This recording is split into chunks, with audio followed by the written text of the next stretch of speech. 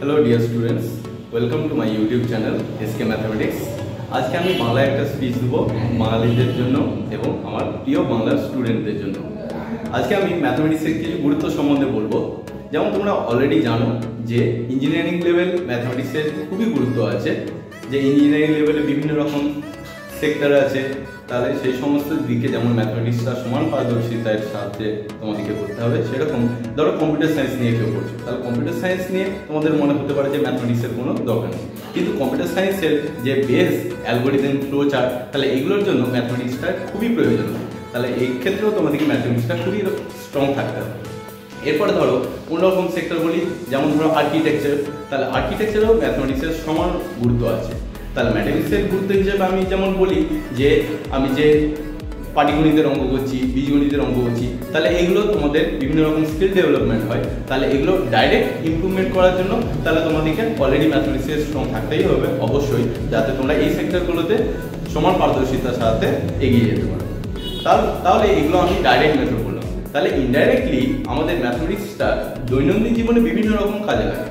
দৈনন্দিন জীবনে যেমন ধরো বিভিন্ন রকম ইনভেস্টমেন্ট বা বিভিন্ন রকম ব্যাংকিং স্কিমের ক্ষেত্রে ম্যাথমেটিক্সটা যেমন সমান গুরুত্ব আছে। ধরো তুমি কোনো এফডি করবে, তোমার তাহলে সেখানে পার্সেন্টেজ করতে হবে, কোথায় বেশি সুদ পাওয়া যাবে, কোথায় বেশি সুবিধা হবে। ওকে, এইগুলো সব ক্ষেত্রে তোমাদের ম্যাথমেটিক্সটা খুবই কাজে লাগে। তাহলে এইগুলো তো হলো এভরিডে ডে টু ডে লাইফের ক্ষেত্রে তোমাদের এগুলো ম্যাথমেটিক্সটা লাগছে।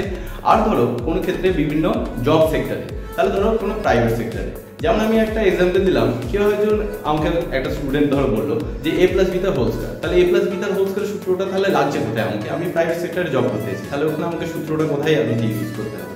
তাহলে এক্ষেত্রে আমি বলে রাখি, ধরো আমরা শেখাই যেমন a + b তার হোল স্কয়ার সূত্রটা কিভাবে তোমরা অন্য অঙ্কের ক্ষেত্রে অ্যাপ্লাই করতে পারবে বা ওই সূত্রটা কাজে লাগিয়ে অন্য প্রবলেম সলভ করতে পারবে, সেটা আমরা শেখাই।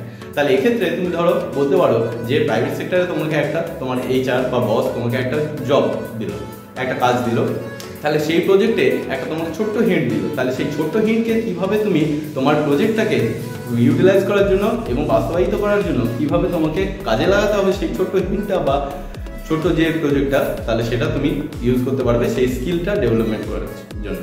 তাহলে ধরো আমি বললাম যে এটা তাহলে প্রবলেম সলভিং স্কিল হলো। এরপর আমি ধরো একজন বাড়িতে বসে আছে, যে বাড়িতে বসে সে ট্রেডিং করতে চাই বা ইনভেস্টমেন্ট করতে চায়, তাহলে এই ট্রেডিংয়ের ক্ষেত্রে ম্যাথমেটিক্সটা কিন্তু সমানভাবে গুরুত্ব সম্পন্ন। কীভাবে না, ট্রেডিংয়ের ক্ষেত্রে আমরা বিভিন্ন প্রবাবিলিটি, স্ট্যাটিস্টিক্স, বিভিন্ন রকম স্ট্র্যাটেজি আমরা ডিপ্লয় করি। তাহলে এই সমস্ত স্ট্র্যাটেজি ডিপ্লয় করতে গেলে, প্রবাবিলিটি, স্ট্যাটিস্টিক্স জানতে গেলে ম্যাথমেটিক্সটাও সমানভাবে কাজে লাগে। এবার ধরো অপশনস, ফিউচার্স, এগুলো তোমরা হয়তো সবাই জানবে না, কিন্তু যারা জানো তারা নিশ্চয়ই জানবে যে এই অপশন, ফিউচার, এগুলো চেনগুলো জানার জন্য তাহলে ম্যাথমেটিক্সটা তোমাকে সমানভাবে গুরুত্ব সম্পন্ন হতে হবে। তাহলে এখানেও ম্যাথমেটিক্সটা সমানভাবে কাজে লাগে। এরপর ধরো অন্য সেক্টরে যদি কাজে লাগাও, টিচিংয়ের ব্যাপারে অবভিয়াসলি তোমরা জানবে, টিচিং যদি করতে চাও তাহলে ম্যাথমেটিক্সে তোমাদের সমানভাবে পারদর্শী হতেই হবে, অবশ্যই ম্যাথমেটিক্সটা জানতেই হবে। এবার অন্য কোনো জব সেক্টরের ক্ষেত্রে তাহলে ডাইরেক্ট আমি কিভাবে এগুলো স্কিল ডেভেলপমেন্ট করা যায় সেটা বলছি। তাহলে ম্যাথমেটিক্সটা যদি তোমরা ভালোভাবে স্ট্রং থাকো বা ম্যাথমেটিক্সে তোমরা গুরুত্ব দিয়ে পড়াশোনা করো, মন দিয়ে পড়াশোনা করো, তাহলে সেক্ষেত্রে কী হবে, তুমি জানো বা না জানো অজান্তে তোমাদের প্রবলেম সলভিং স্কিলটা অত্যন্তভাবে বৃদ্ধি পায়। তাহলে প্রবলেম সলভিং স্কিল তার সাথে অ্যানালাইজিং পাওয়ারটা যেভাবে বৃদ্ধি পায় সেটা তোমরা ডে টু ডে লাইফে তোমরা ইজিলি দেখতে পাবে। যে কোনো প্রবলেম ধরো এলো ডে টু ডে লাইফে, তাহলে তোমরা কীভাবে সেই প্রবলেমটা অ্যানালাইজ করে প্রবলেমটা সলভ করতে পারবে, তাহলে সেই স্কিলটা ডেভেলপমেন্ট করার জন্য তাহলে ম্যাথমেটিক্সটাই হচ্ছে বেস।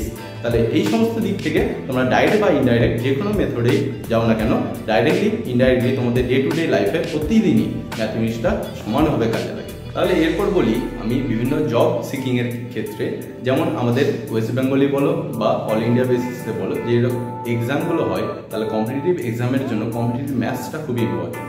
তাহলে এই সমস্ত ক্ষেত্রে যেমন ধরো আমাদের ANM, GNM আছে বা অন্য কোনো কম্পিটিটিভ এক্সাম, গ্রুপ C এমনকি গ্রুপ Dও বলো, তাহলে সেখানে কম্পিটিটিভ ম্যাথমেটিক্সটা খুবই ইম্পর্টেন্ট। তাহলে এগুলো শুধুমাত্র বই পড়ে বা থিওরি পড়ে সেগুলো শুধু হয় না, তাহলে এখানে অনেক শর্ট ট্রিক্স লাগে, কী করে তাড়াতাড়ি সলভ করা যায়, তাহলে সেগুলো প্রয়োজন হয়। তাহলে এই সমস্ত জব সিকিংয়ের ক্ষেত্রে কম্পিটিটিভ ম্যাথমেটিক্স এবং এই সমস্ত পরীক্ষা যাতে ইজিলি ক্র্যাক করতে পারো, তাহলে তার জন্য তোমরা নেক্সট ইয়ারে আমরা ব্যাচ শুরু করছি, তাহলে যোগাযোগ করতে পারো। তাহলে এই সমস্ত ক্ষেত্রে যে সমস্ত কম্পিটিটিভ ম্যাথমেটিক্সের আমাদের লাগে এবং তোমরা যাতে ইজিলি জবটা ক্র্যাক করতে পারো, তাহলে আমরা কোচিং দেবো।